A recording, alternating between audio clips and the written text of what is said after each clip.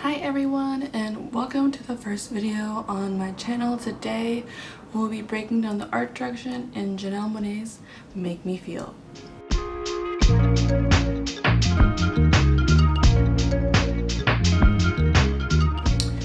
So the director of this music video is Alan Ferguson. Some of you might know him as the man formerly known as Solange's husband. The production designer / art director is Pepper and Wynn Flores, and the song is performed by Janelle Monae. So, the song itself, Make Me Feel. The song at surface is about Janelle's sexual / physical attraction to someone, and it also does have hints of Janelle alluding to her pansexuality. And the sound of the song is super Prince inspired, so I'm sure if you've listened to it at all, you would have heard it. The storyline of this music video features Jane, one of the computers in Janelle Monae's motion picture Dirty Computer. Jane is the main character, and it's Jane and Zen at an 80s themed party, and they come into this party. Jane's not super confident or sure about herself. They watch a performance by this person who throughout the video called Janelle, and then as the party progresses, Jane gets more and more bold with her actions towards Zen in terms of getting jealous, being more assertive about her position and her attraction towards Zen, and also to her other partner Shay. And so we have that intercut with scenes of this blonde-haired Janelle performer, being very charismatic, being very over the top and very extra and fun. So that's basically the storyline of this video. Now it's time for the art direction analysis. So basically, while the song might be relatively straightforward in terms of Janelle feeling attracted to someone, in its approach to letting go of reason and wholly embracing her feelings of lust and attraction, the music video showcases a battle between a black-haired cautious Jane, as we mentioned, and her vibrant blonde-haired alter ego Janelle. While the lighting and Janelle Monae's charismatic performance are supporting actors, it is truly the hair, makeup, and wardrobe that takes center stage in creating the vibe for this showdown of, I wouldn't say repression versus expression, but definitely, a more oppressed versus a more expressed an expression of oneself. So we have Jane. She's our main character. She seems very unsure about her settings initially, while her partner Zen is ready to go, ready to party, and soon after entering the party, a spotlight appears, and there, lounging casually on a chair, is Janelle. Again, this time in a flashy, because they're both played by Janelle Monae, but this time in a flashy suit and blonde hair. Time to break down the art direction aspects of this video. So let's start with the hair. So Jane has this jet black, almost chin length hair that's kind of styled mostly to one side, and it's covered in this very cute little hat that's tilted sideways. It's cute and it works for the theme of the party, but overall, in comparison to Janelle, it's a bit on the safe side. Speaking of Janelle's hair is this really bright platinum blonde. It's very, very she's a nice part, very slick look, very chic, And so, I said in my script, it's a nice little pixie cut styled in a way that would make any K-pop boy jealous. Do you get the energy that I'm speaking about? And it's not really a commentary on oh, blonde hair versus black hair, blondes have more fun or that kind of thing. It's more of a commentary about visually who stands out more in this. It's a very dimly lit party, and so Janelle's very bright blonde hair would definitely pop more, especially because Jane's hair is also covered by a hat. So in regards to makeup, Jane's look, she has a very, her face is done, taken care of. It's a soft, more natural look.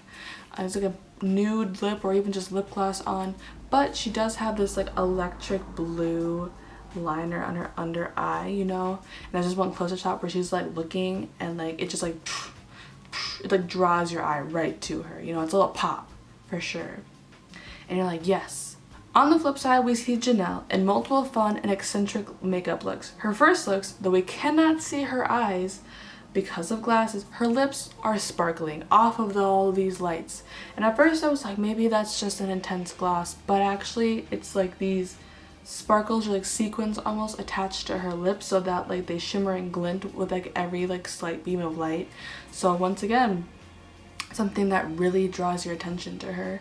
You know, previously we talked about Jane's lower lash line, but here we see Janelle with a very bold, very bright electric blue like liner.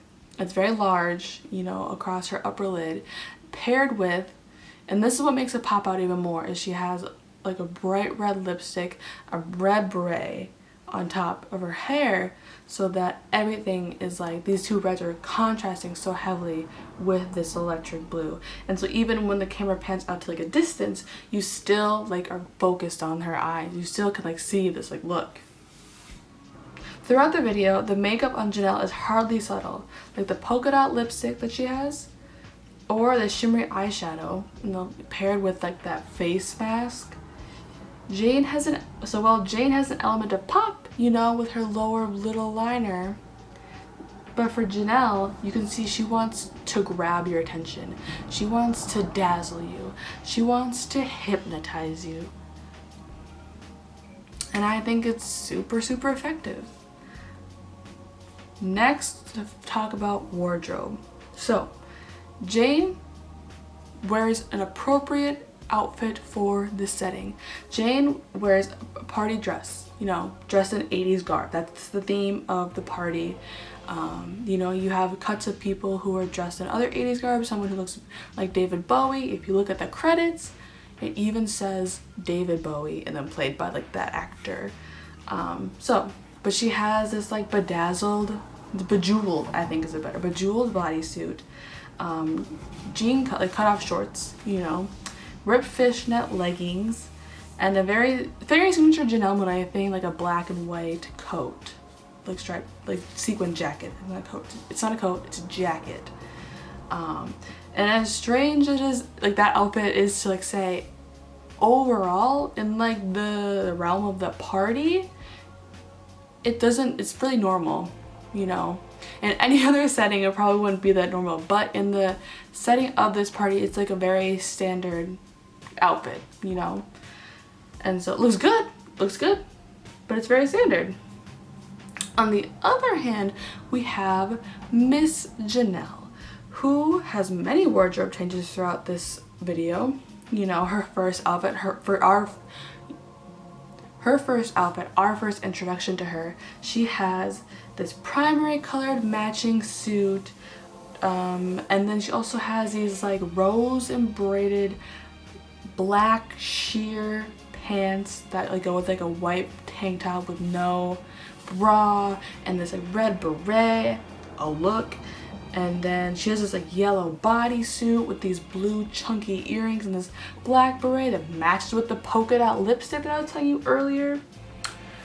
And then there's like these sparkliest pants that I have ever seen, and this bralette that's like just made of jewels and is like just barely covering her titties. And then there's also this jeweled face mask that only allows you to see her eyes. Like, the way to describe Janelle's wardrobe would be outrageous, fun, and very provocative and sexy. Now, this is important. So you have these two very different, like this very outrageous style and this very like I'm fitting in with the crowd style. So near the end, we see Janelle, you know, blonde Janelle, wearing Jane's outfit. You know, this isn't not exactly the same, but like the bodysuit, the jacket, and like the legging, or like the leggings or the tights. Now, what this does serves two different purposes. The wearing of Jane's outfit not only signifies their connection to each other, I mean, they're played by the same actor, but in terms of like letting the audience know that these two figures are not separate entities necessarily. But also it shows that Jane is becoming more like Janelle. Like their connection is coming closer. You know, it isn't. Janelle is wearing Jane's outfit when we see her dancing with Zen and Che a few shots later. And then after that, we see Jane dancing with Zen and Che. So it's these two, the same outfit, and these like parallel shots that show the relationship between these people. So based solely on the hair and makeup and wardrobe, we see two very different characters. You know, if you were to strip everything away and just had the hair, makeup, and wardrobe, you would still see two very different and distinct personalities. And they represent two things. You know, Jane's a more fit in the crowd kind of person in relation to Janelle's someone who prefers to be the center of attention. And then you have Jane's who may act more reserved in unfamiliar situations. And then you have Janelle, who is eccentric and loud and fun, and you know. The key to this though is that ultimately these two personalities and these two characters are the same person. And with the help of lighting, which casts Jane oftentimes in a more neutral, her natural colors, in contrast to Janelle's heavily jewel tone colored lighting, we were able to have an even greater like visual contrast between these two characters. But also, if you pay attention at the end, you see Jane is once again not necessarily bathed in this light, but this light is a big part of her scene as well. So you see like this jewel colored light bleeding into now Jane's area. Additionally, Janelle Monae, if you didn't know, Janelle Monae is an Oscar award winning actress. She was in Moonlight that won. She was in Hidden Figures. She can act, and her performance, she is amazing.